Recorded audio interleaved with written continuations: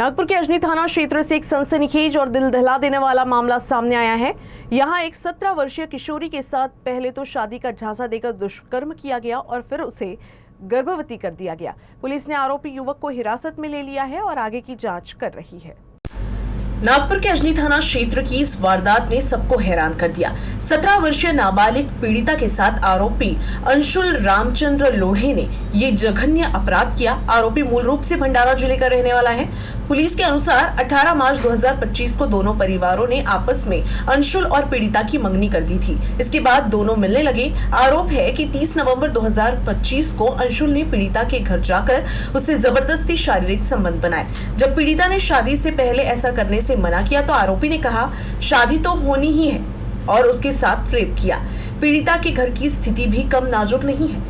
उसके पिता शराब के आदी है, जिससे परेशान होकर किशोरी अप्रैल 2026 में बिना बताए आरोपी के पास भंडारा चली गई थी। वहां दोनों 1 महीने तक साथ रहे। इस दौरान जब तबीयत खराब होने पर पीड़िता को अस्पताल ले जाया गया तो जांच में वो गर्भवती पाई गई। हालांकि आरोपी को पीड़िता की नाबालिग होने की पूरी जानकारी थी।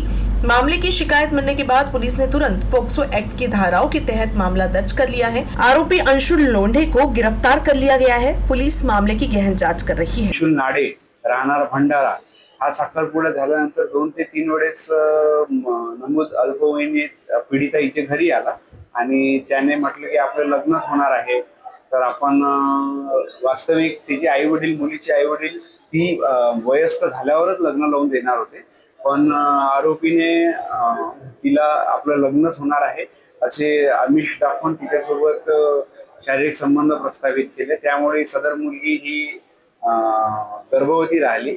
कुकडे हॉस्पिटल येथे रिपोर्ट झाल्यामुळे तेथील पोलीस निरीक्षक भंडारा शहरचे पोलीस निरीक्षक यांनी आम्हाला कळवले व फिर्यादी स्टाफसह इथे पोलीस स्टेशनला पाठवले असता आम्ही पॉक्सो व BNS कायद्याअंतर्गत गुन्हा नमूद केलेला आहे।